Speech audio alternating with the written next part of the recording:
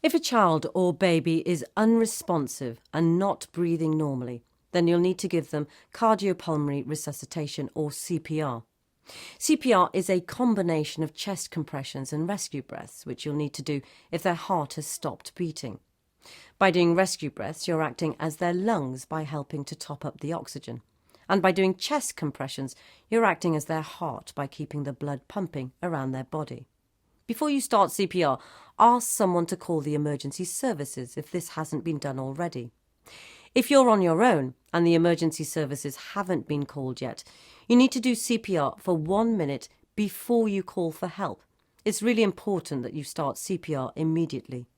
And if the child is over 1 year old and there's a chance that there's an automated external defibrillator or AED at the location and there's someone who can help you, tell them to get the AED quickly.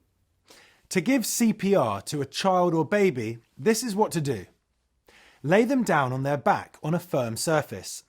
Make sure their airway is open by putting one of your hands on their forehead and gently tipping their head back using 2 fingers placed under their chin. Give them 5 rescue breaths. To give a rescue breath, this is what to do. Take a breath and, if it's a baby, place your lips around their mouth and nose. For a child, pinch their nose firmly closed and seal your lips around their mouth. Blow gently and steadily into their mouth for 1 second, watching for their chest to rise.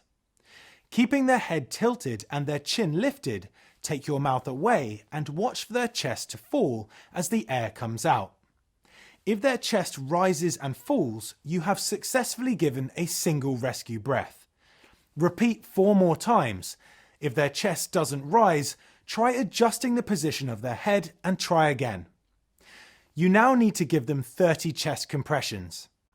To give chest compressions, this is what to do. Lean over them with your arms straight. For a baby, place 2 fingertips on their chest, or for a child, place the heel of one of your hands in the center of their chest, generally level with their nipples. For a large child, you may need to use both hands with your fingers interlocked together.